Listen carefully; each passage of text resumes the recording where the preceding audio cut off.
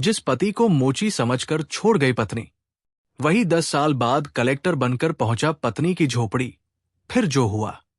उत्तर प्रदेश के एक छोटे से गांव सूरजपुर की सुबह हमेशा की तरह सूरज की पहली किरणों के साथ जागती थी। मिट्टी की गलियां, टूटी झोपड़ियां, खेतों से आती ताजी हवा और मंदिर की घंटियों की आवाज पूरे गांव को एक अलग ही सुकून देती थी। लेकिन इसी गांव के एक कोने में रहने वाला 25 वर्षीय राघव हर सुबह सुकून नहीं बल्कि संघर्ष के साथ उठता था। उसके पिता गांव के सबसे ईमानदार मोची थे, जिनकी एक सड़क दुर्घटना में मृत्यु हो चुकी थी। उनके जाने के बाद घर की सारी जिम्मेदारी राघव के कंधों पर आ गई थी। उसकी बूढ़ी मां सावित्री अक्सर बीमार रहती थी और घर चलाने का एकमात्र सहारा वही था। बचपन से पढ़ाई में तेज होने के बावजूद गरीबी ने उसके सपनों को अधूरा छोड़ दिया था। वो दिन भर गांव के चौराहे पर बैठकर लोगों के फटे जूते सिलता और रात को लालटेन की रोशनी में किताबें पढ़ता। गांव के लोग अक्सर उसका मजाक उड़ाते हुए कहते, अरे राघव, किताबें पढ़कर क्या करेगा, आखिर जूते ही तो सिलने हैं। लेकिन वो हमेशा मुस्कुराकर कहता, इंसान का काम छोटा नहीं होता, सोच छोटी होती है। उसी गांव में रहती थी मीरा। वो बेहद सुंदर, पढ़ी लिखी और सपनों से भरी लड़की थी। उसके पिता गरीब किसान थे, लेकिन उन्होंने अपनी बेटी को अच्छे संस्कार दिए थे। मीरा बचपन से शहर में बड़ी जिंदगी जीने का सपना देखती थी। जब उसके माता पिता ने उसकी शादी के लिए लड़का ढूंढना शुरू किया, तो पूरे गांव में राघव जैसा ईमानदार और चरित्रवान लड़का दूसरा नहीं मिला। मीरा इस रिश्ते से खुश नहीं थी। उसे लगता था कि एक मोची से शादी करके उसकी पूरी जिंदगी बर्बाद हो जाएगी। लेकिन माता पिता की मजबूरी और समाज के दबाव के आगे उसे झुकना पड़ा। कुछ ही दिनों में दोनों की शादी हो गई। शादी के बाद राघव ने अपनी पूरी कोशिश की कि मीरा को कभी किसी चीज की कमी महसूस न हो। वो सुबह से देर रात तक मेहनत करता ताकि पत्नी के चेहरे पर मुस्कान बनी रहे। मीरा बाहर से तो सब निभाती रही, लेकिन उसके दिल में अपने पति के पेशे को लेकर नफरत कम होने की बजाय बढ़ती गई। जब भी कोई उसे मोची की पत्नी कह देता, उसका चेहरा शर्म से झुक जाता। एक दिन गांव में शहर से मीरा की सहेली पूजा आई। उसने बड़े बड़े बंगले, कारें और आलीशान जिंदगी की बातें बताई। मीरा का मन पूरी तरह बदल गया। उसे लगा कि उसने अपनी जिंदगी बर्बाद कर ली। उसी रात उसने राघव से कहा, तुम अच्छे इंसान हो, लेकिन मैं पूरी जिंदगी गरीबी में नहीं जी सकती। मुझे ऐसे आदमी के साथ रहना है जो मुझे सम्मान और दौलत दे सके। राघव ने शांत स्वर में कहा, मीरा, अभी मेरे पास पैसा नहीं है, लेकिन मैं मेहनत कर रहा हूं। एक दिन जरूर कुछ बड़ा करूंगा, बस थोड़ा भरोसा रखो। मीरा जोर से हंस पड़ी। एक मोची कलेक्टर बनेगा? सपने देखना छोड़ दो, तुम्हारी पूरी जिंदगी जूते सिलते ही निकल जाएगी। ये शब्द तीर की तरह राघव के दिल में उतर गए। उसने पहली बार महसूस किया कि गरीबी से ज्यादा दर्द अपनों की नजरों में गिरने का होता है। अगले ही दिन सुबह जब वो काम से लौटा तो झोपड़ी का दरवाजा खुला था। अंदर मां अकेली बैठी रो रही थी। मीरा अपना सामान लेकर हमेशा के लिए जा चुकी थी।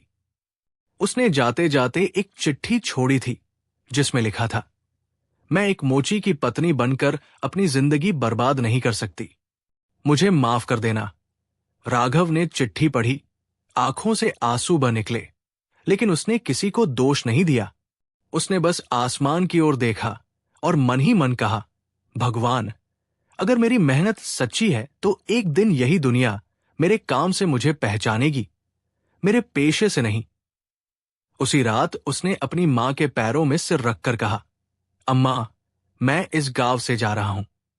जब तक कुछ बन नहीं जाता वापस नहीं आऊंगा। सावित्री की आंखें भर आई। उन्होंने कांपते हाथों से बेटे के सिर पर हाथ रखा और कहा, बेटा, याद रखना, इंसान कभी अपने काम से छोटा नहीं होता।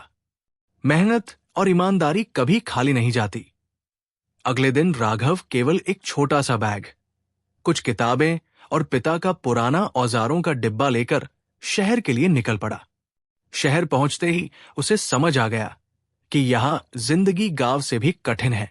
रहने की जगह नहीं, खाने के पैसे नहीं और कोई पहचान नहीं। कई रातें उसने रेलवे स्टेशन पर बिताई। दिन में वो फुटपाथ पर बैठकर लोगों के जूते ठीक करता और रात में सरकारी पुस्तकालय के बाहर बैठकर प्रतियोगी परीक्षाओं की तैयारी करता। लोग उसे पागल कहते। कई बार पुलिस वाले उसे भगा देते। कई बार भूखा सोना पड़ता। लेकिन हर बार मीरा के वो शब्द उसके कानों में गूंजते, एक मोची कलेक्टर बनेगा। और वही शब्द उसकी सबसे बड़ी ताकत बन जाते। एक दिन उसकी मुलाकात सेवानिवृत्त आईएएस अधिकारी शेखर वर्मा से हुई। उन्होंने देखा कि एक लड़का दिन भर जूते सिलता है और रात भर संविधान पढ़ता है। उन्होंने राघव से पूछा, इतनी मेहनत क्यों? राघव ने मुस्कुराकर कहा, क्योंकि मुझे अपनी किस्मत बदलनी है। शेखर वर्मा उसकी आंखों का जुनून पहचान गए। उन्होंने उसे अपने घर के गैराज में रहने की जगह दी, पुरानी किताबें दी और कहा, अगर इरादे सच्चे हों तो मंजिल देर से मिलती है, लेकिन मिलती जरूर है। राघव पहले से भी ज्यादा मेहनत करने लगा। सुबह 4 बजे उठता, पढ़ाई करता, दिन में काम करता, रात को फिर पढ़ता।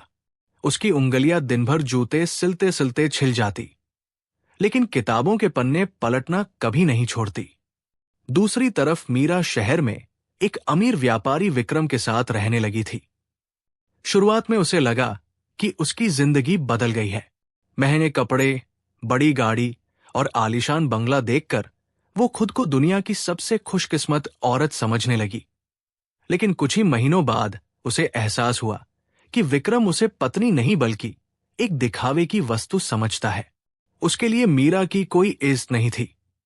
वो हर छोटी बात पर उसे अपमानित करता, दोस्तों के सामने नीचा दिखाता और कहता, तुम जैसी औरतें पैसे देखकर ही रिश्ते बनाती हैं। मीरा पहली बार अंदर से टूटने लगी। उसे राघव की शांत मुस्कान और सम्मान याद आने लगा। लेकिन अब बहुत देर हो चुकी थी। उधर राघव लगातार संघर्ष करता रहा। पहली बार उसने सिविल सेवा परीक्षा दी और असफल हो गया। दूसरी बार इंटरव्यू तक पहुंचा, लेकिन अंतिम सूची में नाम नहीं आया। हर हार के बाद लोग कहते, छोड़ दे, तेरी किस्मत में जूते सिलना ही लिखा है। मगर उसने हार मानने से इनकार कर दिया। तीसरी बार परीक्षा देने से पहले उसने अपनी मां की तस्वीर हाथ में लेकर कसम खाई, इस बार या तो सपना पूरा होगा या मैं आखिरी सांस तक कोशिश करता रहूंगा। परीक्षा हुई, इंटरव्यू हुआ और फिर वो दिन आया जिसका उसे वर्षों से इंतजार था। परिणाम घोषित होने वाला था। पूरा शहर इंटरनेट कैफे के बाहर खड़ा था। राघव कांपते हाथों से अपनी रोल नंबर सूची में खोजने लगा और अचानक उसकी आंखें एक जगह ठहर गई। उसके सामने लिखा था, राघव कुमार, अखिल भारतीय रैंक 18। राघव की आंखों से आंसू अपने आप बहने लगे। इतने वर्षों की भूख, अपमान, ताने, अकेलापन और संघर्ष जैसे एक पल में उसकी आंखों के सामने घूम गया। उसने कांपते हाथों से अपनी मां की तस्वीर को सीने से लगा लिया और फूट फूट कर रो पड़ा। शेखर वर्मा ने जब परिणाम देखा तो उनकी आंखें भी नम हो गई। उन्होंने राघव को गले लगाकर कहा, आज तुमने सिर्फ अपनी किस्मत नहीं बदली, बल्कि उन सभी लोगों को जवाब दिया है जो इंसान की पहचान उसके काम से करते हैं। राघव ने मुस्कुराते हुए कहा, सर, ये मेरी नहीं, मेरी मां की जीत है। अगर उन्होंने उस दिन मुझे हिम्मत न दी होती तो शायद मैं आज भी गांव के चौराहे पर बैठा जूते सिल रहा होता। इसके बाद प्रशिक्षण शुरू हुआ। देश भर से आए प्रतिभाशाली युवाओं के बीच राघव अपनी सादगी और अनुशासन के कारण अलग ही पहचान बनाने लगा। उसने कभी अपने अतीत को छिपाया नहीं। जब साथी अधिकारी उससे उसके परिवार के बारे में पूछते तो वो गर्व से कहता, मेरे पिता मोची थे और मैंने भी वर्षों तक जूते सिले हैं। उसी मेहनत ने मुझे यहां तक पहुंचाया है।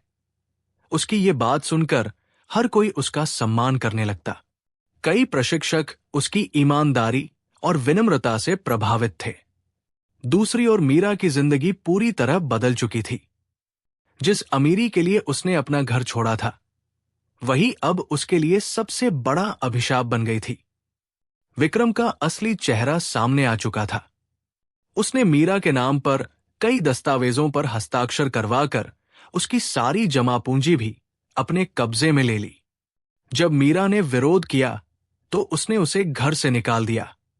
अब उसके पास न पैसा था, न सम्मान और न ही कोई अपना। रिश्तेदारों ने भी दरवाजे बंद कर दिए। मजबूर होकर वो अपने पुराने गांव लौट आई, लेकिन वहां भी लोगों की बातें उसका पीछा नहीं छोड़ रही थी। जो लोग कभी उसकी सुंदरता और अमीरी की तारीफ करते थे, वही अब ताने मारते थे। जिस पति ने कभी आवाज ऊंची नहीं की, उसे मोची समझकर छोड़ दिया। भगवान सबका हिसाब यही करता है। मीरा ने गांव के किनारे एक टूटी फूटी झोपड़ी में रहना शुरू कर दिया। अपना पेट पालने के लिए वो लोगों के घरों में बर्तन मांजने और खेतों में मजदूरी करने लगी। हर रात जब वो अकेली बैठती तो उसे राघव की वही बातें याद आती। इंसान का सम्मान उसके दिल से होता है, पैसे से नहीं। अब उसे समझ आ चुका था कि उसने कितना बड़ा अपराध किया था, लेकिन समय कभी पीछे नहीं लौटता। राघव का प्रशिक्षण पूरा होने के बाद उसकी पहली नियुक्ति एक ऐसे जिले में हुई जहां वर्षों से भ्रष्टाचार, गरीबी और दबंगों का आतंक फैला हुआ था। उसने पद संभालते ही साफ शब्दों में कहा, इस कुर्सी पर बैठा आदमी किसी अमीर या गरीब का नहीं, सिर्फ कानून का होगा। कुछ ही दिनों में पूरे जिले में उसकी ईमानदारी की चर्चा होने लगी। अवैध कब्जे हटने लगे, रिश्वत लेने वाले अधिकारियों पर कार्रवाई होने लगी और गरीबों की शिकायतें सीधे कलेक्टर कार्यालय में सुनी जाने लगी। लोग उसे गरीबों का कलेक्टर कहने लगे। लेकिन इतनी बड़ी सफलता मिलने के बाद भी राघव ने कभी अपनी जड़ों को नहीं भुलाया। हर रात सोने से पहले वो अपनी मां की तस्वीर के सामने दीपक जलाता और मन ही मन उस दिन को याद करता जब एक चिट्ठी ने उसकी पूरी जिंदगी बदल दी थी। उधर गांव में मीरा की हालत दिन ब दिन बिगड़ती जा रही थी। लगातार मेहनत और अधपेट भोजन की वजह से उसका शरीर कमजोर हो चुका था। बरसात की एक रात उसकी झोपड़ी की छत टपकने लगी। वो एक कोने में बैठी भीगती रही और रोते हुए भगवान से सिर्फ एक ही प्रार्थना करती रही, अगर हो सके तो मुझे एक बार राघव से माफी मांगने का मौका दे देना। उसे ये भी नहीं पता था कि राघव अब कहाँ है, जिंदा भी है या नहीं। उसी समय राज्य सरकार ने घोषणा की कि नए कलेक्टर अपने अपने जिलों के सबसे पिछड़े गांवों का दौरा करेंगे। सूची में सूरजपुर गांव का नाम भी शामिल था। जब राघव ने फाइल खोली और गांव का नाम पढ़ा तो उसके हाथ कुछ पल के लिए रुक गए। 10 साल बाद वो उसी गांव में लौटने वाला था, जहां से वो अपमान और टूटे हुए सपनों के साथ निकला था। उसने धीरे से अपनी मां की पुरानी तस्वीर उठाई और कहा, अम्मा, आपका बेटा अब लौट रहा है, लेकिन बदला लेने नहीं, अपना फाराजा निभाने। 10 साल बाद जब कलेक्टर राघव का काफिला सूरजपुर की सीमा में दाखिल हुआ तो पूरे गांव में जैसे उत्सव का माहौल बन गया। सड़क के दोनों ओर लोग फूलों की मालाएं लेकर खड़े थे। बच्चे हाथों में तिरंगा लहरा रहे थे और महिलाएं आरती की थाल सजाए इंतजार कर रही थी। किसी को जरा भी अंदाजा नहीं था कि चमचमाती सरकारी गाड़ी से उतरने वाला ये अधिकारी कभी इसी गांव के चौराहे पर बैठकर जूते सिलता था। गाड़ी रुकी, दरवाजा खुला और सादे स्वभाव, तेज व्यक्तित्व और आत्मविश्वास से भरे राघव ने बाहर कदम रखा। उसके चेहरे पर वही विनम्र मुस्कान थी, बस समय ने उसमें गरिमा जोड़ दी थी। गांव के बुजुर्ग उसे देखते ही पहचान गए। किसी के मुंह से निकला, अरे ये तो हमारा राघव है। देखते ही देखते ये बात पूरे गांव में फैल गई। जिन लोगों ने कभी उसका मजाक उड़ाया था, वही आज सिर झुकाकर उसके सामने खड़े थे। राघव ने किसी से कोई शिकायत नहीं की। उसने सबसे पहले गांव के स्कूल, अस्पताल और तालाब का निरीक्षण किया। फिर अधिकारियों से कहा कि गांव की हर गरीब झोपड़ी का सर्वे किया जाए, ताकि किसी परिवार को सरकारी योजनाओं से वंचित न रहना पड़े। सर्वे की सूची उसके हाथ में आई तो एक नाम पढ़कर उसकी नजर ठहर गई। मीरा।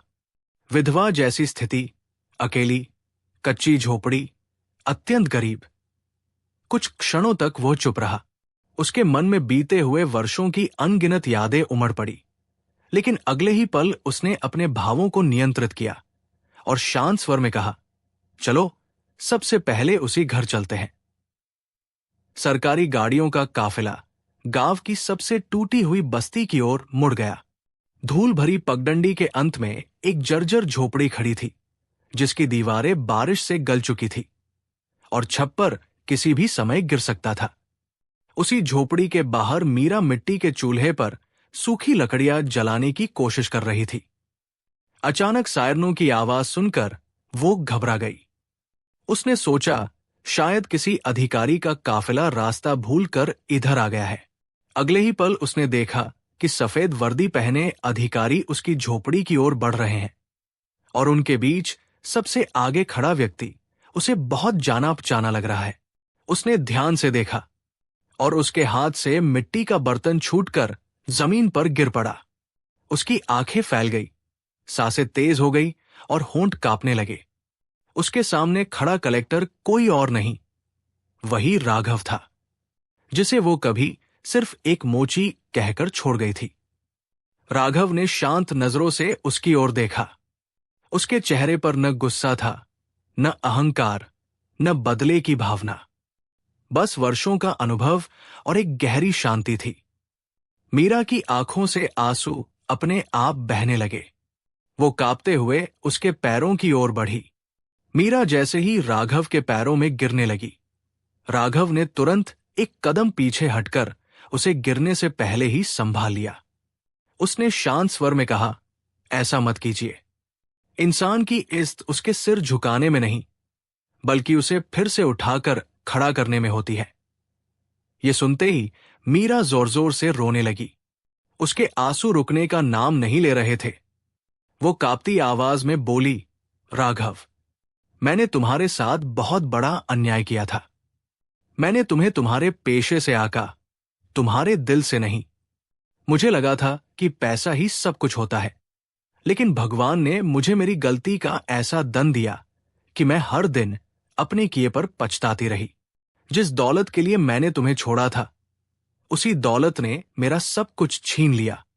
अगर हो सके तो मुझे माफ कर दो। झोपड़ी के बाहर खड़े पूरे गांव में सन्नाटा छा गया। हर किसी की नजर राघव पर थी। सबको लग रहा था कि आज वो अपने पुराने अपमान का बदला जरूर लेगा। लेकिन राघव ने कुछ पल आसमान की ओर देखा, फिर मुस्कुराकर बोला, मीरा, अगर मैं आज भी अपने दिल में नफरत रखता तो शायद इस कुर्सी के लायक कभी नहीं बन पाता। जिसने मुझे छोड़ दिया उसने मुझे तोड़ा नहीं, बल्कि इतना मजबूत बना दिया कि मैं अपनी मंजिल तक पहुंच गया। इसलिए आज मेरे मन में तुम्हारे लिए कोई शिकायत नहीं है। ये सुनते ही गांव के कई लोगों की आंखें भर आई। मीरा फूट फूट कर रोती रही। उसने कहा, मैं तुम्हारे साथ रहने के लायक भी नहीं रही। बस इतना कर दो कि मेरी गलती को अपने दिल से निकाल दो। यही मेरे लिए सबसे बड़ी सजा भी होगी और सबसे बड़ा सुकून भी। राघव ने अधिकारियों की ओर देखा और आदेश दिया, इस झोपड़ी की जगह तुरंत पक्का मकान स्वीकृत किया जाए।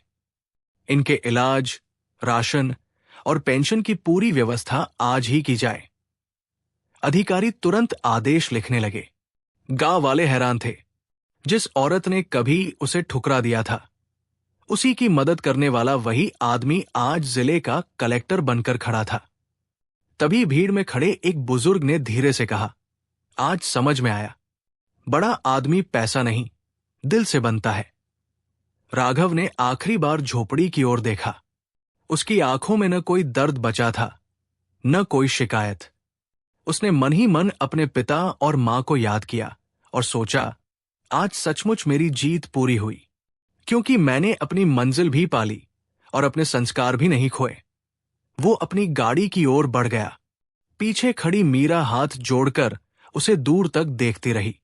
उसकी आंखों से बहते आंसू अब सिर्फ पछतावे के नहीं थे, बल्कि उस इंसान के लिए सम्मान के थे जिसे उसने कभी सिर्फ मोची समझकर छोड़ दिया था।